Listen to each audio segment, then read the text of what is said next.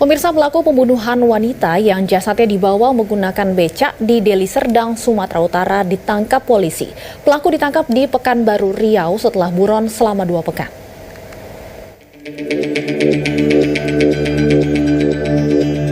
Satuan Reserse Kriminal Kepolisian Resort Pelabuhan Belawan, Sumatera Utara menangkap Rahmat Banuera, pelaku pembunuhan wanita yang jasadnya dibawa menggunakan becak motor. Pelaku melarikan diri selama 2 pekan dan ditangkap di tempat persembunyiannya di Pekanbaru, Riau pada Sabtu. Saat penangkapan, pelaku sempat melakukan perlawanan dan berusaha kabur. Dari penyelidikan sementara, motif pelaku menghabisi nyawa korban lantaran sakit hati. Korban sempat meminjam uang kepada pelaku untuk bisnis usaha beras, namun tak kunjung dikembalikan.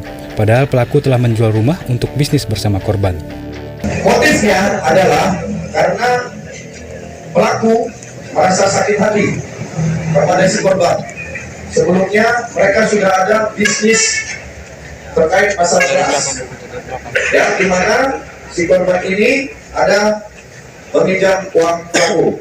Ini menurut orang pelaku. Namun ini kami akan dalami bagaimana fakta-fakta yang sebenarnya. Polisi menyatakan korban tewas dicekik oleh pelaku di sebuah kafe. Jasadnya kemudian dibawa menggunakan becak motor dan hendak ditaruh di rumah warga. Belakangan diketahui korban bernama Umita, 39 tahun, warga Dusun 1, Desa Hamparan Perak, Kabupaten Deli Serdang.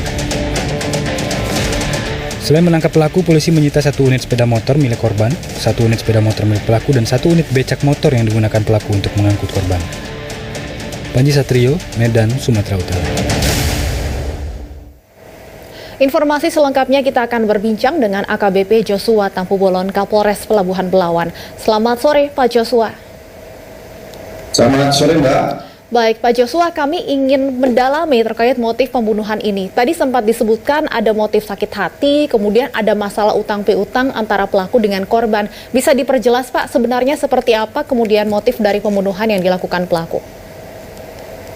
Baik, Assalamualaikum warahmatullahi wabarakatuh. Waalaikumsalam. Jadi motifnya adalah karena si pelaku sakit hati kepada si korban, di mana sebelumnya si korban ini pernah meminjam uang kepada si pelaku.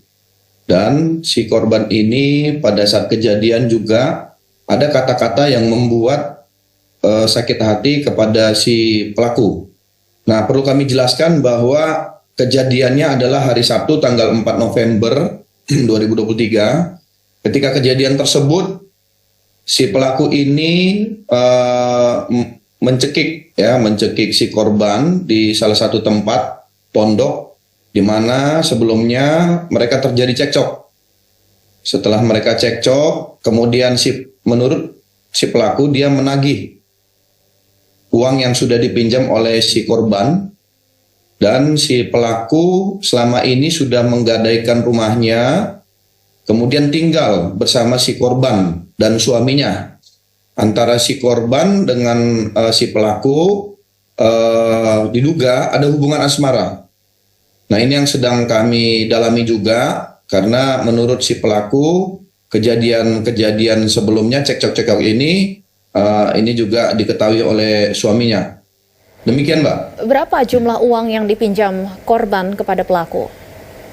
Menurut si pelaku kurang lebih ada sekitar 50 juta, Mbak. Namun kita masih memfaktakan dengan bukti-buktinya, Mbak. Terkait dengan dugaan hubungan asmara antara pelaku dan korban, apakah sudah ada keterangan mungkin dari suami korban, Pak? Kita sudah mengambil keterangan kepada suami korban. Menurut suami korban, antara dia dengan si pelaku ini sudah teman lama. Dan ini juga atas sepengetahuan suami si korban, si pelaku ini tinggal kurang lebih 2 minggu di rumah si korban. Dan suami korban juga mengetahui terkait bisnis beras yang dilakukan oleh korban dan pelaku. Demikian, Mbak. Baik, tadi Anda sebutkan pelaku mencekik korban setelah terjadi cekcok. Apakah artinya pembunuhan ini terjadi secara spontan karena emosi pelaku atau sebenarnya sudah direncanakan, Pak? Ya, kalau menurut dari si pelaku ini tidak direncanakan, dianya emosi, dan sebelum dihabisi mereka melakukan hubungan intim di pondok tersebut. Nah, kemudian setelah itu si pelaku mengajak korban untuk pulang.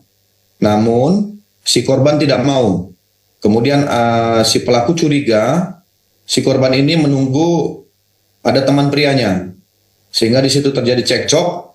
Kemudian si pelaku emosi dan mencekik si korban. Nah, dugaan kita pada saat dicekik itu si korban sudah meninggal dunia. Ini dikuatkan dengan hasil otopsi yang menjelaskan bahwa si korban ini mati akibat kehabisan udara atau mati lemas.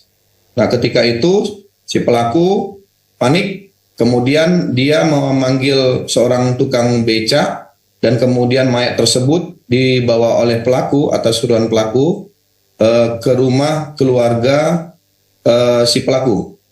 Nah, kemudian pada saat di rumah keluarga si pelaku ini ditolak oleh keluarganya, dan kemudian si pelaku memberikan keterangan bohong terhadap keluarga si korban bahwa si korban ini meninggal dunia akibat kecelakaan lalu lintas.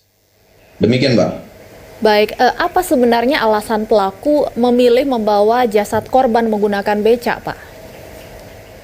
Ya, mungkin ini untuk membuat alibi ya, seolah-olah terjadi kecelakaan lalu lintas, dan juga pada saat kejadian si pelaku ini menggunakan sepeda motornya, Mbak. Jadi mungkin dia tidak bisa membawa, sehingga dia meminta pertolongan dari tukang becak tersebut.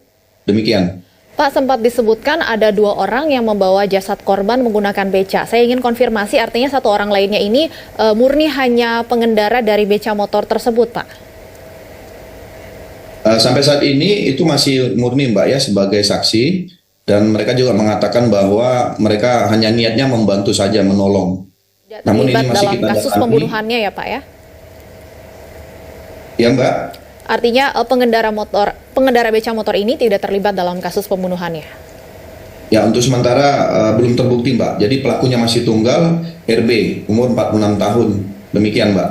Dan pelaku akhirnya berhasil ditangkap di Pekanbaru. Bisa diceritakan, Pak, bagaimana proses penangkapan pelaku? Infonya juga sempat ada upaya perlawanan. Ya, jadi kami lakukan penyelidikan kemarin terhadap si pelaku, di mana si pelaku ini pada saat viral berita tersebut langsung menjual handphonenya. Kemungkinan dia sudah tahu, dia dikejar, dan kita melakukan pengejaran terhadap keluarganya, di mana si pelaku ini masih mempunyai istri dan 2 anak. Nah, sudah kita lacak tidak ada, kemudian keluarga korban di rumah keluarga pelaku juga tidak ada. Nah, kemudian kita mendapat info bahwa dia setelah menjual handphonenya kemudian melarikan diri ke Pelawan. Nah, di Pelawan ini dia mencoba mencari kerja di bengkel. Kebetulan si pelaku ini pekerjaannya adalah seorang montir bengkel, Mbak. Nah, di Pelawan ini kita mendapat info dan kemudian kita melakukan pengejaran bekerjasama dengan tim Jatan Ras Polda Riau, sehingga kita mendapatkan pelaku di Pelawan. Pada saat perjalanan, si pelaku ini mencoba melarikan diri, sehingga anggota kami melakukan tindakan tegas dan terukur. Demikian, Mbak. Apa saja barang bukti yang didapatkan dalam penangkapan pelaku, Pak? Untuk sementara, amankan ada sebo, kemudian baju yang digunakan oleh pelaku, dan handphone yang sudah dijual oleh pelaku, Mbak. Baik, terima kasih AKBP Joshua Tampu-Bolon, Kapolres Pelabuhan Belawan sudah bergabung di Berita 1 Sore. Selamat sore, Pak. Sebelumnya, pemirsa, jasad wanita dibawa 2 orang pria dengan menggunakan becak motor. Keduanya hendak meletakkan jasad di rumah warga, namun warga meminta agar dibawa ke rumah sakit. Warga Desa Manunggal, Kecamatan Labuan Deli, Kabupaten Deli Serdang, Sumatera Utara, dihebohkan dengan adanya 2 pria yang membawa jasad seorang wanita di becak motor pada Sabtu 4 November lalu. Pelaku awalnya dipergoki warga tengah membawa jasad wanita menggunakan becak dan hendak meletakkan jasad ke rumah warga. Mengetahui jasad wanita tersebut bukan keluarga ataupun warga setempat, warga menyuruh pelaku untuk membawa korban ke rumah sakit. Lalu tadi becak datang becak. Kan itu ke rumah kakakku dia tadi dibawanya.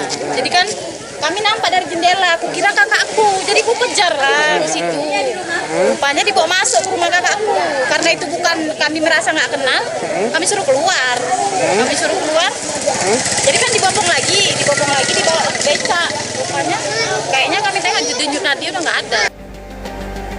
Polisi yang menerima laporan langsung mendatangi tempat kejadian perkara dan memeriksa sejumlah saksi. Jasad kemudian diautopsi di Rumah Sakit Bayangkara Medan. Sementara pelaku telah melarikan diri. Identitas jasad akhirnya terungkap. Wanita itu bernama Umita, warga desa Hamparan Perak, Kabupaten Deli Serdang.